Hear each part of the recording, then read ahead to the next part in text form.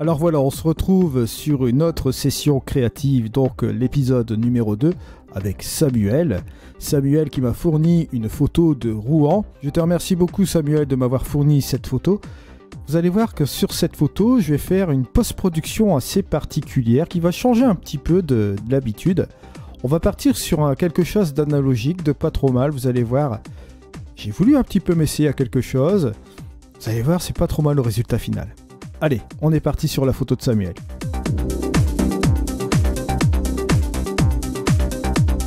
Alors maintenant, on est sur le deuxième épisode avec une photo de Samuel. Photo de Samuel qui m'a fourni une photo de Rouen. Donc très très belle photo, un très bel ensemble ici. On va pouvoir s'amuser justement avec cette photo-là. La première chose que je peux voir ici, c'est qu'il y a des petites taches de capteur. Voilà, juste ici. Avant de faire tout sauter au niveau de taches de capteur, je vais aller rectifier ici l'aberration chromatique. Bon, profil de correction, bien sûr. Et je vais aller mettre ça, bien sûr. Je vais voir si quand même je vais pas revenir en arrière avec la perspective. Ouais. Correction de perspective sur les verticales. Un petit peu. Voilà.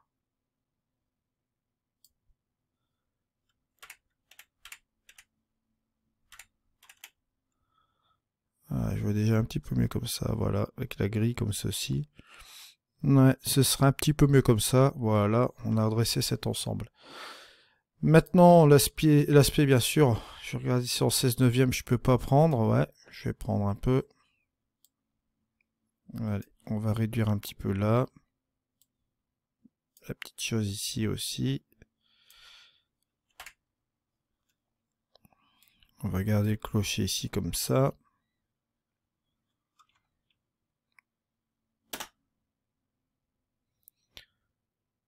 Ce sera un petit peu mieux. Bon, ce que je vois aussi, il m'a redressé la chose, mais allez.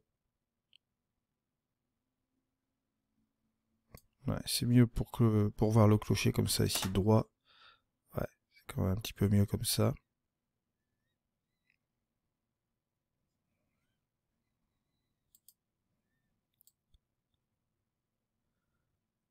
Voilà, c'est beaucoup mieux comme ça. Juste comme ceci. Dans la première étape. Deuxième étape, bon, on va faire un peu de nettoyage. Là, ici, je vois ce que ça donne. Boum, j'ai enlevé ça. Là, j'enlève ça, j'enlève ça, j'enlève ça aussi. Je vais bouger ici la correction de défaut. Bon, je sais pas si j'en ai vu tout à l'heure là. Non, bon, ça va. Plus ou moins, on va dire que c'est bien comme ça. Voilà. Donc, on part sur cette base-là. Au niveau de la balancier blanc, bon, je vais prendre un point blanc ici, je vais prendre ça, voilà, tranquille. Je vais dégager juste un petit peu les ombres, pas trop. Bon, je vais baisser un petit peu mes hautes lumières comme ça. Correction de voile. Allez, on va faire quelque chose. On va nettoyer un petit peu comme ça, voilà. Au niveau du point blanc, je vais ramener par ici. Point noir un peu par là. Voilà, juste un petit peu comme ceci. Ouais, je vais ramener l'équilibre comme ça. Bon, ouais, le voile atmosphérique, on va le chasser un peu juste comme ceci. Pour pas que ce soit trop contrasté. Bon, ouais, parce que je vais pas le ramener trop par là, sinon ça va pas le faire. Donc, je vais ramener ça comme ça. Un petit peu la chose comme ici. Voilà. On va faire la différence. Regardez, hop, avant, après. Bon, déjà mieux comme ça. Et là maintenant, on va partir directement dans Luminar AI. Au niveau de correction de voile, je vais quand même y aller doucement, parce que je vais utiliser les contrastes. Allez, je vais laisser ce truc-là comme ça. Voilà. Je vais pas toucher à mon point noir et point blanc. Non, je vais laisser ce truc-là tel quel. Je vais m'occuper de tout cela dans Luminar AI. Allez, hop, là cette fois-ci, on va faire un modifier dans Luminar AI. On va l'envoyer en TIFF. Voilà, en 300. Parfait. Modifier. Et on est parti. Alors voilà, on se retrouve donc dans Luminar AI. Alors on va regarder ce qu'il nous propose. Voilà, ouais, c'est pas trop mal. Je vais regarder ce qui peut convenir aussi dans les modèles achetés. Bon, dans les Luminar X pour ainsi dire. Bon. Je regardais dans les paysages urbains, la plupart du temps, je suis pas trop déçu du résultat. Bon là, c'est un petit peu trop bleu, ça, c'est sûr. On va regarder si on peut pas faire quelque chose là-dedans. Voilà.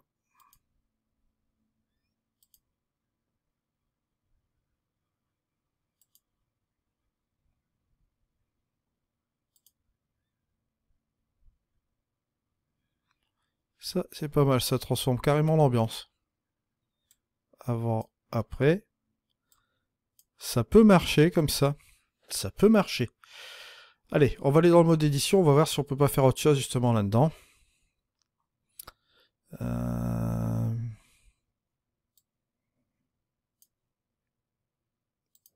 le paysage, je vais rajouter un petit peu de dorure, voilà, juste comme ceci. On va exagérer quand même un petit peu plus la chose. Bon là, réduire la brume, faire revenir quand même un petit peu là. Ça change un petit peu l'ambiance, comme on dit, hein. Et là, justement, avec l'effet mat, on peut faire quelque chose, et là, c'est vachement intéressant.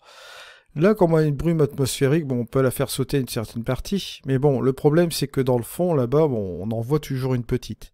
Si je rajoute de l'effet mat, vous allez voir ce qui va se passer, et que je rajoute un peu de fondu, comme ça, voilà, ça va fondre et dissiper forcément cette brume atmosphérique, et ça va nous donner une certaine ambiance, comme vous le voyez là. Vous voyez, une certaine ambiance dans l'image, juste comme ceci. On va essayer de donner une image un peu vieillie, comme ça. Voilà, ça, c'est un peu ça peut donner un peu l'aspect qu'on pourrait voir sur cette image, bien sûr. Là, ici, je vois... Au niveau de la couleur, bon, on va pouvoir faire quelques petits trucs aussi. Je vais désaturer un petit peu l'ensemble comme ça, voilà. Et revoir un petit peu... Désaturer un peu l'ensemble pour revoir un peu cet ensemble, voilà. Et je vais aller directement sur la saturation au niveau des bleus. Bon, on va encore complètement désaturer cette chose-là, mais je vais revenir bon, dans l'amélioration ici avec l'embellisseur de ciel. Voilà, juste un petit peu comme ceci. On va traiter simplement le ciel à part comme ceci. On va garder cette photo plus ou moins vieillie. Si vous faites la différence, regardez avant, après, vous voyez qu'on a un truc qui est quand même intéressant là. Bon.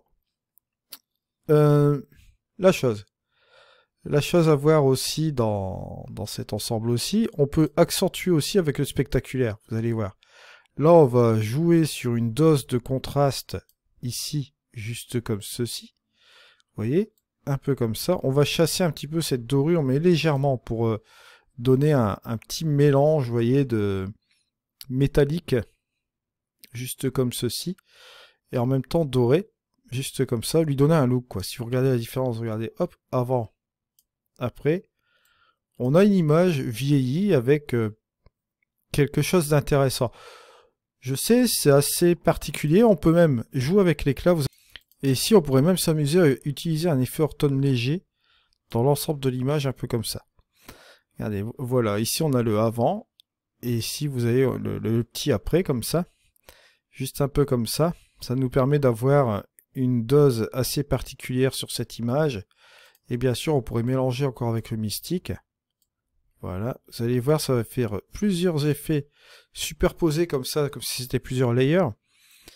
Voilà, ça va faire refléter certaines zones ici. Je ne sais pas si vous voyez un petit peu la différence avec le mystique avant, après. On a quelque chose d'intéressant ici. Et là, vous allez voir, je vais rajouter du grain de film, ça c'est obligé. Voilà, voilà comme ça. On va faire une photo vraiment vieillie. Avec des grosses cassures comme ça. Et je vais monter un petit peu la taille, voilà, juste comme ceci. Bon, au niveau de la quantité, on va y aller tout doucement. Hein. Voilà. Juste comme ça. Et ça nous donne une photo, on va dire, analogique comme ça. C'est ce que je veux donner comme effet sur cette photo-là. Je la vois comme ça. Ici, on a le avant. Et voilà le après. Je vois bien que c'est assez particulier. Mais je trouve que c'est pas mal comme ça. Allez, je vais regarder quand même avec mon curseur principal ici, ce que ça pourrait donner. Voilà. Si vous trouvez que c'est trop excessif comme ça, vous pourrez revenir toujours en arrière. Voilà. Et donner cet effet-là comme ceci. Je trouve que comme ça, c'est même déjà mieux. Encore. Ah ouais, juste comme ça. Là, c'est bien, c'est parfait. Donc, vous voyez, on a un effet d'une... Ça fait vieille photo comme ça en même temps. C'est super intéressant. Et c'est super intéressant, on pourrait même se taper le toupet, allez. Franchement, bon, on va y aller comme ça.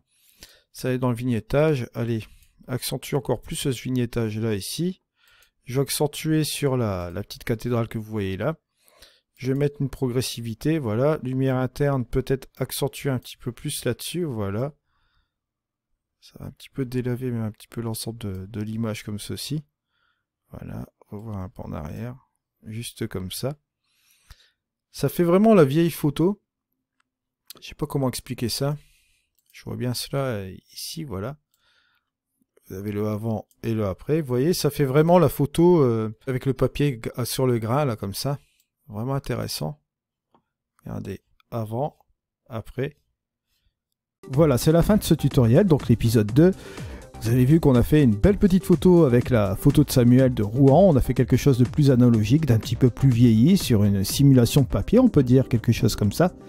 Tous les moyens sont bons pour faire une post-production assez originale, créative, qu'elle soit légère ou un petit peu plus avancée.